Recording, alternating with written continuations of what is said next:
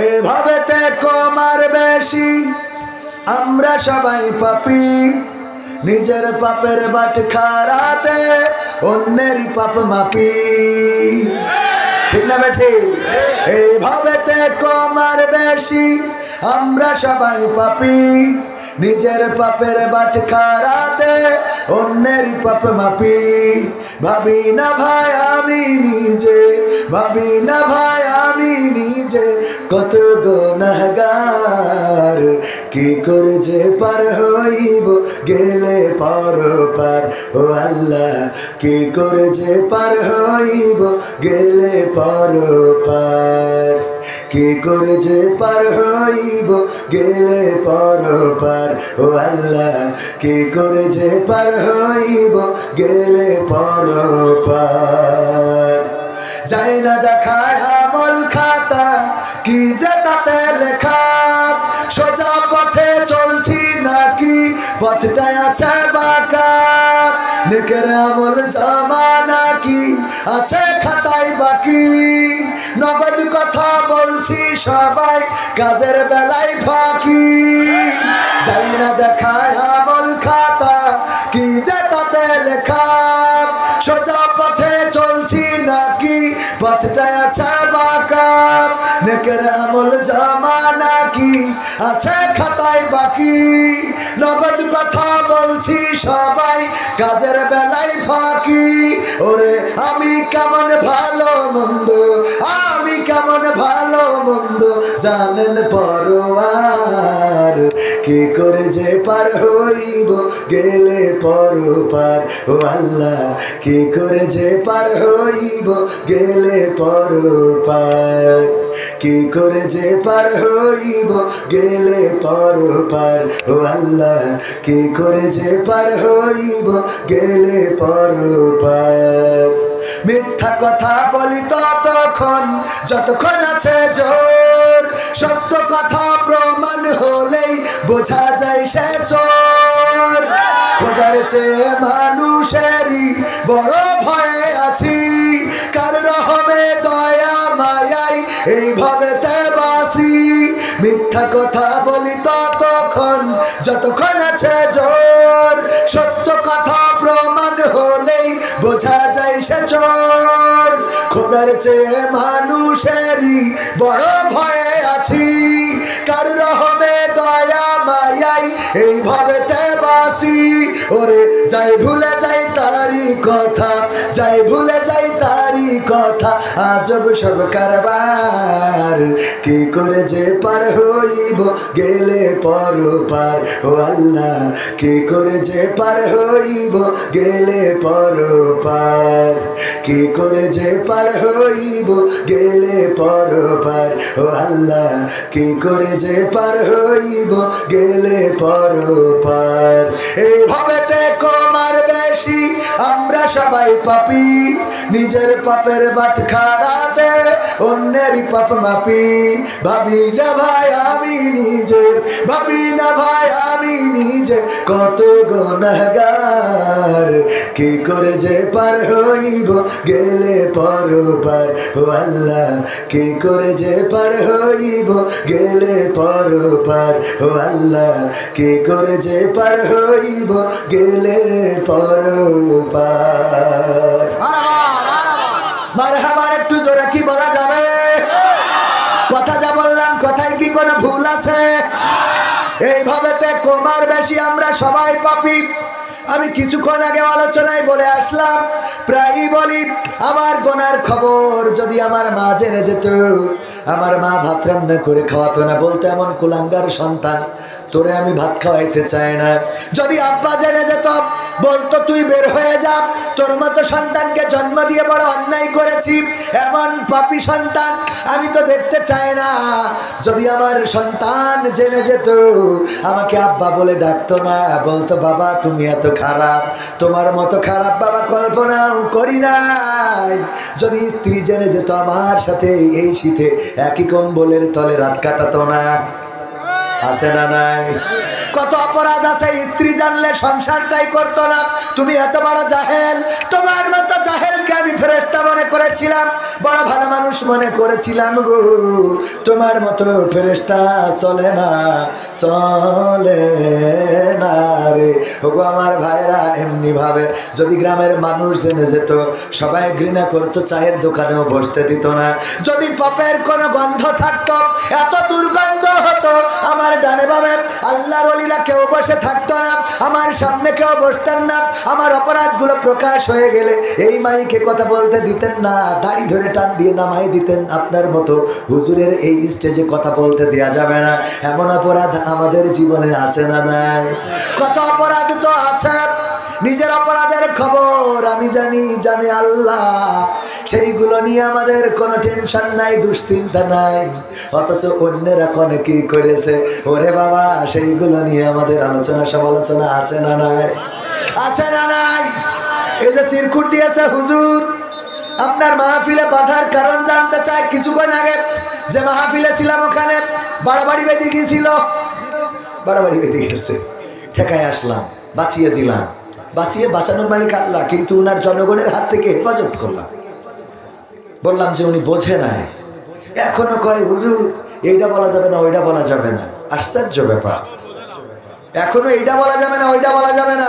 আরে বাবা, আওয়ামী লীগ ক্ষমতায় থাকতে বলেছে, এখন তো তারা না, কথা কন না, এখন তো নাই। আমরা হক কথা বলে যাব, তাতে জীবন থাকে থাক, যাই যাক, জীবনের মালিক কে? ওখানে যখন সত্য কথাগুলো তুলে ধরেছি, আমার বাংলাদেশের সূর্য সন্তান, এই বাংলাদেশের আলেম ওলামা, এই বাংলাদেশের তাওহীদি জনতার হৃদয়ের স্পন্দন, গোলাম আজম রাহিমাহুল্লাহ, মতিউর রহমান নিজামী রাহিমাহুল্লাহ, আলী আহসান মোহাম্মদ মুজাহিদ, আকাদের মোল্লা, কামারুজ্জামান, আল্লামা দেলাওয়ার হুসাইন সাইদিকে ফাঁসির কাস্টে ঝুলিয়ে স্বৈরাচার সরকার মনে করেছিল বাংলাদেশ থেকে ইসলামকে নিমিটিয়ে দেবে, ইসলামকে নির্বাপিত করে দেবে। আল্লাহর সিদ্ধান্ত হলো ডাক্তার শফিকুর রহমান মাওলানাও নয়, মুফতিও নয়, তারে দিয়ে ইসলামকে উজ্জীবিত করবে। বলেন ঠিক কিনা? এই কথা বললাম, খেপে গেলেন। কেন খেপলেন? বুঝে দেখেন, মিলাই দেখেন, সত্য বলছি না মিথ্যা বলছি। আপনারা তো 41 সালের আগে ছাড়বেনই না, তো 31 সালে তো থাকলেন না, চলে গেলেন কেন? এই দেশ তো আপনাদের, এই দেশ কাদের? আপনাদের। আপনারাই তো স্বাধীনতা এনেছেন, আপনারাই তো স্বাধীনতার দাবিদার, স্বাধীনতার স্থপতি বঙ্গবন্ধু শেখ মুজিবুর রহমান। একদম সংসার ধরে সংসার গুছাই চলে গেলেন কেন? দুই একজন থাকেন, আমরা একটু সান্ত্বনা পাই। আমার ভাইজান অনেক দারুণ আলোচনা করেছেন। আমি তো ভূমিকা ছাড়ার সময় অল্প, আমার কাজ হলো খালি ডাইরেক্ট ধরে স্টার্ট করি।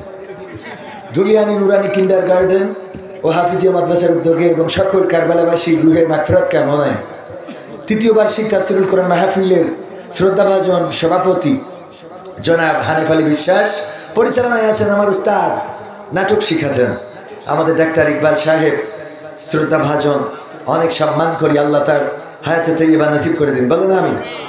এছাড়া আলোচনা করেছেন হযরত মাওলানা ইনামুল হক ফয়েজি সাহেব, আলোচনা করছিলেন আমাদের প্রিয় ভাই মুফাসসিরে কোরআন, সুমিষ্টভাষী বক্তা হযরত মাওলানা হাফিজুর রহমান মিলন সাহেব, সদস্য মুফাসসির পরিষদ চুয়াডাঙ্গা, অত্যন্ত প্রাণপ্রিয় কলিজার মানুষ। আজকে এখানে আসার পিছনে যার হাত রয়েছে, আমার পাশে বসা আমাদের মুহতারাম হাফেজ কারি মাওলানা সাইফুল ইসলাম সাহেব, আমার শ্রদ্ধাভাজন দায়িত্বশীল। উনি বলছিলেন ধুলিয়ানি একটা প্রোগ্রাম, আমি এলাকার প্রোগ্রামগুলো একটু এড়িয়ে চলার চেষ্টা করি, যা বলি বাইরে যেয়ে বলি। খেলা হবে, পালাবো না, এগুলো বাইরে যেয়ে বলি, এলাকায় বলি না। চাই যে এলাকায় ভালো থাকি। হ্যাঁ, খেয়াল করেন কিনা, এলাকার প্রোগ্রামগুলোতে খুব বেশি আমার আনাগোনা নাই। কয়েকটা কারণ আছে, তার মধ্যে অন্যতম একটা কারণ হলো যে এই সময় আমাদের সেই একজন বলেছিল যে ডাক্তারের বলতেছে কম্পাউন্ডার বলছে আমাকে তো সব সিজার করতে হবে, কারণ আমাকে তো ইনকামের সময়, বোঝেননি, নর্মাল হলেও তার সিজার করতে হবে। বলতেছে ইনকামের সময়। ভাই তো অবশ্যই গরুর ডাক্তার। হ্যাঁ, গরু না, তাহলে কে ডাক্তার? মানুষের, ও মানুষেরও করে। আল্লাহ কবুল করুন, বলেন আমিন। আমি দোয়া করে দেবো যেন এলাকায় রুগী বেরিয়ে যায়। আল্লাহ কবুল করুন, করবেন না? হ্যাঁ, তো যাই হোক, ভাইজান আমার ডাক্তার মানুষ, তো আমার একটা ভিডিওতে আছে কম্পাউন্ডার বলতেছে যে স্যার সব সিজার করতে হবে, কারণ এখন আমাদের ইনকামের সময়। তো এখন মাহফিলের সময় আসলে বক্তাদের ইনকামের সময়। তো এই সময় যদি এলাকার লোক নেয়, অন্য জায়গায় আমাদের যা দেয় তার ধারের কাছেও যাইতে পারবেন না। তো এই জন্যই আমরা কই কি ভাই, আপনারা মিলাদ টিলাদ যাই হয় নিজেরা পড়েন, পরে আমরা বর্ষাকালে দেখবেন, ঠিক আছে না? বর্ষাকালে যত লাগে কুপাকুপি জন্য ডাক দেবেন। তো আজকের মাহফিল ছিল এলাকায় ওই যে নারায়ণগালি দত্তপাড়া। তো ওখান থেকে আমার সাইফুল ভাই মুহতারাম, আমার ভালোবাসার মানুষ, শ্রদ্ধাভাজন উস্তাদ এবং আমার দায়িত্বশীল, সরাসরি দায়িত্বশীল, উনি আমাকে বললেন কবির ভাই ধুলিয়ানি, আমার মামা একটু বলছিলেন যদি যাইতে, বললাম দেন, বলেছেন যাবো ইনশাআল্লাহ, দেরি হইলেও যাবো, আল্লাহ নিয়ে এসেছেন, আলহামদুলিল্লাহ বলবেন। আল্লাহ শুক্রিয়া যে আমার আব্বার অঞ্চল, আমার আব্বা এসব অঞ্চলে প্রতিটা গ্রামে অলিতে গলিতে ঘুরেছে, ঠিক কিনা? আজকে 22টা বছর হয়ে গেল ওই মানুষটা এখন কোনো স্টেজে কথা বলেন না। আপনারা চেনেন, অনেকেই চেনেন না, সবাই তো চেনার কথা। এবং এখানে এই গ্রামগুলোতেই আমার আব্বা একটা টেবিল একটা চেয়ার লাগিয়ে একটা মাইক দিয়ে দিলে ওয়াজ করতো, ঠিক কিনা? সেই সময় ওয়াজগুলোই তাসির ছিল। ওখান এখন মাহফিলে কণ্ঠ বাজে, কত বক্তার সুর আসে, কিন্তু আব্বার সুরটা আর শোনা যায় না, আর কোনোদিন শোনা যাবেও না। হয়তো উনি বেঁচে থাকলে আনন্দ পাইতেন যে যে জায়গাটা আব্বা বলতেন যে আমি যে ময়দানটা করে যাচ্ছি, এই ময়দানে কবির খালি বলবে আমি মাস্টার আব্দুল সামাদের সন্তান, কিন্তু উনি সেই পর্যন্ত থাকতে পারেননি। আমি এতদূর আসার পিছনে আমি মনে করি আমার আব্বার দোয়াটাই কবুল হয়েছে আল্লাহর কাছে। আমার মাও তাহাজ্জুদ করে দোয়া করেন আমার জন্যে, কিন্তু আমার মন বলে আমার আব্বা যখন হয়তো মৃত্যুর সময় ছটফট করছিলেন, রক্তাক্ত দেহ মোবারকটা লাশ হয়ে যাওয়াটা নিয়েছি, ওই সময় হয়তো বলেছিলেন আল্লাহ যে মাঠটা আমি আবাদ করতাম, ওই মাঠে তুমি আমার সন্তানকে এনে দিও। হয়তো সেই দোয়ার বরকত, কত সমালোচনা, কত মানুষের গীবত, কত মানুষের আলোচনা শুনতে হয়, নাটক করে, হাসি তামাশা করে, উপহাস করে, ইত্যাদি ইত্যাদি, যে যেভাবেই বলে, তারপরেও আল্লাহ চেয়ারে বসিয়েছেন। গোটা বাংলাদেশের এমন কোনো জেলা নাই, এমনকি দেশের গণ্ডির বাইরেও 6টা রাষ্ট্রে আল্লাহ রাব্বুল আলামিন ওয়াজ করার তৌফিক দান করেছেন, আলহামদুলিল্লাহ। এটা আমার বাবার দোয়া, এটা আমি মনে করি আপনাদের দোয়া, আপনাদের ভালোবাসা। সুতরাং কোরআনের পথে থাকলে ইজ্জত বাড়িয়ে দেন কে? ইজ্জত বাড়িয়ে দিবেন আল্লাহ। বাইরে যে কথা বলি, আমার শায়েখ আহমদুল্লাহ মুহতারাম হাফিজাহুল্লাহ, উনি আমার ব্যাপারে কমেন্ট করেছেন যে কবির বিন সামাদ একটা জীবন্ত প্রতিভার নাম, এই মানুষটাকে গুরুত্ব দেওয়া দরকার, এই মানুষটাকে এগিয়ে নেওয়া দরকার, এই মানুষটা পরিশ্রমী। আমি তাকে যা ভেবেছিলাম সে সেরকম না, বরং বড্ড ভালো লাগে এই মানুষটা অনেক কষ্ট করে এই পর্যন্ত এসেছে। আল্লামা মামুনুল হক সাহেব আমাকে নিয়ে মন্তব্য করেছেন যে আমি অবাক হয়েছি, এই একটা ছেলে কি করে এত বড় একটা মাহফিলের আঞ্জাম দিল। এই মানুষটাকে কদর করা দরকার, এই মানুষটাকে এগিয়ে নেওয়া দরকার। অথচ দেখি আমাদের ভাইয়েরা অনেকেই আমাকে নিয়ে ভালোই চুলকায়। আমি বলি যারা চুলকায় তাদের জন্যও দোয়া, যারা চুলকায় না তাদের জন্য দোয়া, যারা আমাদের জন্য আমাদের খারাপ চাই তাদের জন্য ডবল দোয়া, যারা ভালো চাই তাদের জন্য সিঙ্গেল দোয়া, ঠিক না ভাই? ঠিক। আমাদের প্রতিষ্ঠান করেছি ঠিকানা তানজিমুল কোরআন ক্যাডেট মাদ্রাসা, জানেন মনে হয়, আপনারা জানেন কি না? এই প্রতিষ্ঠানে আমাদের প্রথম টার্গেট ছিল 50 জন ছাত্র, পরবর্তী টার্গেট ছিল 100 জন, এরপরে টার্গেট করলাম 120 জন। আজকে কমপ্লিট হয়ে গেল 120 জন, এখনও তো ভর্তির সময় সব বাকি, পুরো জানুয়ারি ধরে ভর্তি হবে। না পেরে আমি বললাম শ্রেণীকক্ষ বাড়ান, কারণ যেভাবে ভর্তি হচ্ছে তাতে আমাদের আরও বাড়বে। কারণ কি? কারণ হলো আমাদের বাইরে কিছু প্রতিষ্ঠান আছে, তারা বলে বেড়াচ্ছে যে ওই প্রতিষ্ঠানে দেখছে লাভ নাই, ওখান থেকে পরে কিন্তু এখানে আনতে হবে, আর ওখানে যা পড়াবে আমরাও তাই চালু করতেছি। মানে আমরা বলার আগে ওরা আমাদের প্রতিষ্ঠানে প্রচার করে দিয়েছে, তাহলে ওদের আরো উল্টো টাকা দেওয়ার দরকার না? আমরা কোনো অভিভাবকের কাছে যেই বলতে পারিনি যে ভাই আপনার ছেলেটা দেন, বলেছি ভাই কোনো অভিভাবকের কাছে যে ওরা যেই বলছে আপনার ছেলে যেন ওখানে দিয়েন না, তো এই বইলেতে আরো পাগল খেপাই দিয়েছে। তো এই জন্যই আমাদের যারা অপপ্রচার করে ওরা দুইটা উপকার করে। কয়টা উপকার করে? একটা হলো আমাদের বিনা টাকায় প্রচার করে দেয়, আর একটা হলো যারা আমাদের জানে না তাদেরকে জানাই দেয়।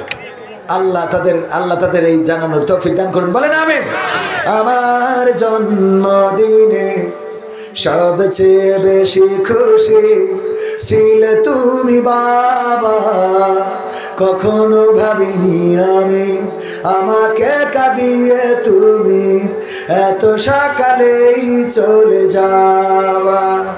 কখনো ভাবিনি আমি আমাকে কাঁদিয়ে তুমি এত সকালেই চলে যাবা।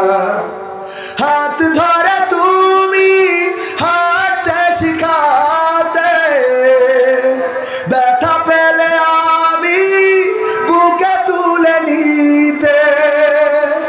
হাত ধরে তুমি হাঁটতে শিখাতে, ব্যথা পেলে আমি বুকে তুলে নিতে। কোনো বাইনা করে কাঁদলে আমি তোমার স্নেহের হাতে চোখ মুছে দিতে। আজ তুমি নেই তাই নীরবে কেঁদে যাই, আজ তুমি নেই তাই নীরবে কেঁদে যাই। তোমার স্মৃতি শুধু মনে পড়ে বাবা, কখনো ভাবিনি আমি আমাকে কাঁদিয়ে তুমি এত সকালেই চলে যাবা। কখনো ভাবিনি আমি আমাকে কাঁদিয়ে তুমি এত সকালেই চলে যাবা। তুমি তো ছিলে বাবা বটেরই ছায়া, আদর সোহাগ দিতে করতে মায়া। তুমি তো ছিলে বাবা বটেরই ছায়া, আদর সোহাগ দিতে করতে মায়া। তোমারই সম্পদ নষ্ট করেছি কত, কখনো বলনি তুমি আমি অপায়া। আজ তুমি দূরে দূর বহু দূরে, আজ তুমি দূরে দূর বহু দূরে। কেমন আছো তা জানি না বাবা, কখনো ভাবিনি আমি আমাকে কাঁদিয়ে তুমি এত সকালেই চলে যাবা। কখনো ভাবিনি আমি আমাকে কাঁদিয়ে তুমি এত সকালেই চলে যাবা। আমার জন্মদিনে সবচেয়ে বেশি খুশি ছিলে তুমি বাবা, কখনো ভাবিনি আমি আমাকে কাঁদিয়ে তুমি এত সকালেই চলে যাবা। কখনো ভাবিনি আমি আমাকে কাঁদিয়ে তুমি এত সকালেই চলে যাবা। বাবা গো বাবা, বাবা গো ও বাবা।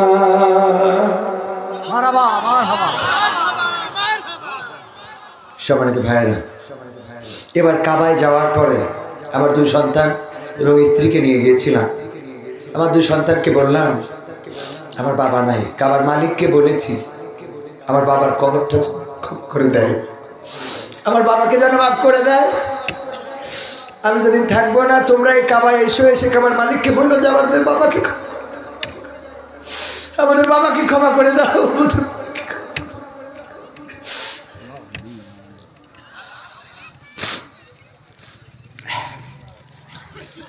আমরা এমন সন্তান রেখে যেতে হবে যে সন্তান আমাদের নাজাতের ওসিলা হবে।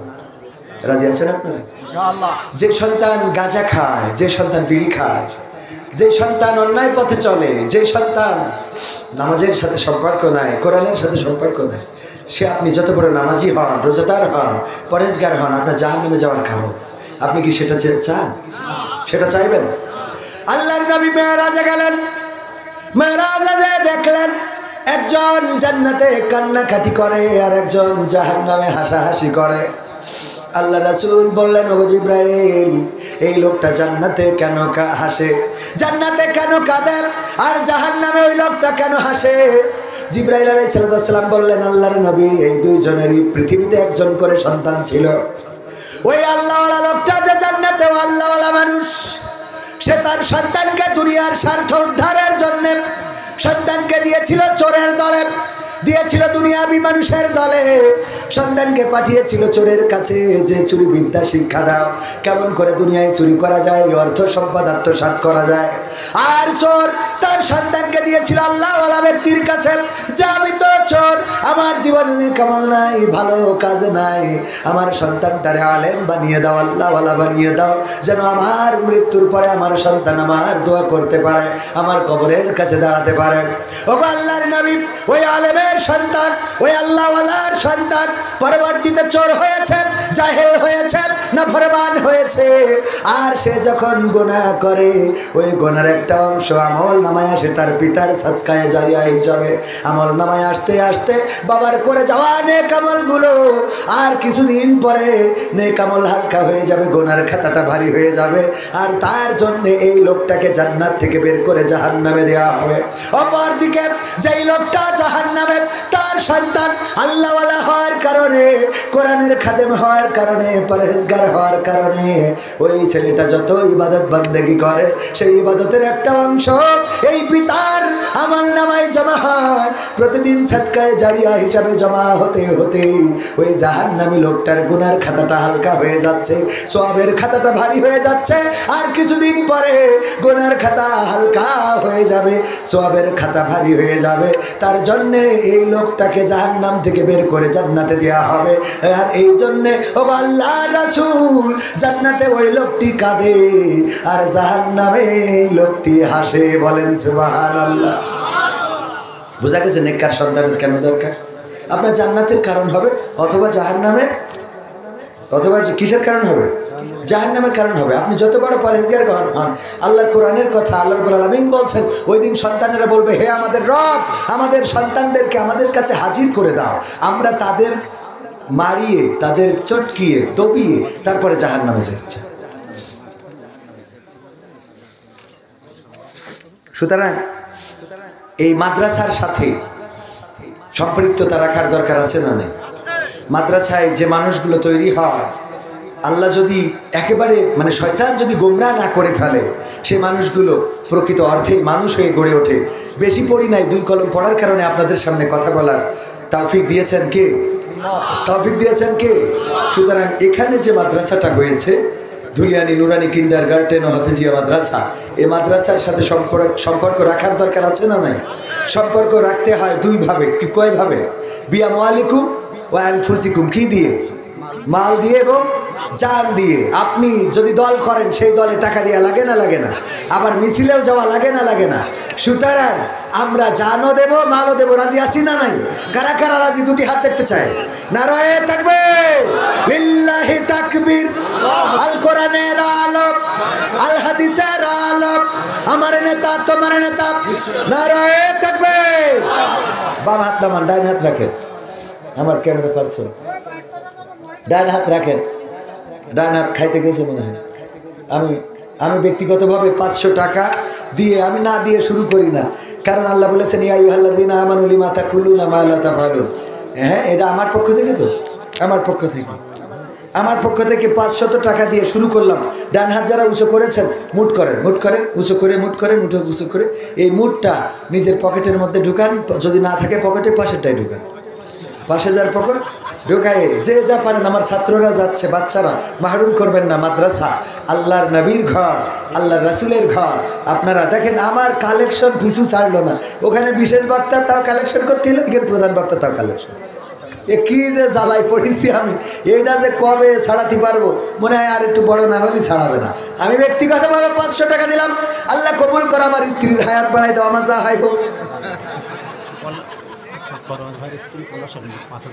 নারায়ে তাকবীর। সরোয়ার ভাইয়ের স্ত্রী পলাশের মা 5,000 টাকা নগদ করলেন দান। আল্লাহ অসুস্থ আছে, দানকে কবুল করে নাও, নেখায়া দিয়ে দাও আল্লাহ, সকল সুস্থতা তুমি দান করে দাও। ওগো আল্লাহ পলাশকে কবুল করে নাও, পলাশের মা পলাশের বাবা আপনজন যারা আছে সবাইকে কবুল করো। আর যারা দিতে চান অতি তাড়াতাড়ি দিতে পারেন, 5,000 10,000 কই ছাত্ররা যান যান যান কই যান পকেটে, ওরা তো পকেটে টাকা নিয়ে বসে রে।